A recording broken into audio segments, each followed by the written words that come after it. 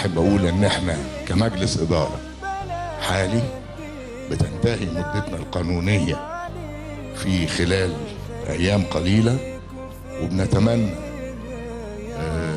من المجلس القادم أيا كان من هو فهو من أبناء النادي الأهلي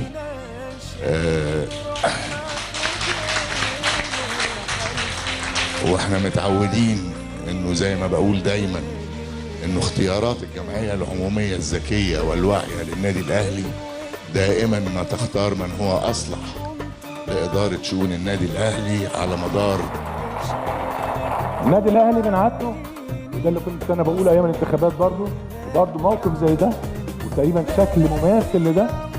النادي الاهلي كعادته ما ينساش الناس وما ينساش من سبقوه.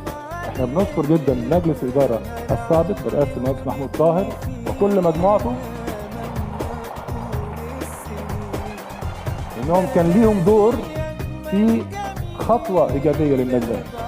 احنا بنكمل زي ما هو هذا المجلس السابق كمل على اللي قبليه، احنا كمان بنكمل عليهم. هو ده النادي الاهلي، هي دي السلسله الذهبيه اللي مش موجوده في اي نادي في مصر. اي نادي لازم نحافظ على ده كلنا.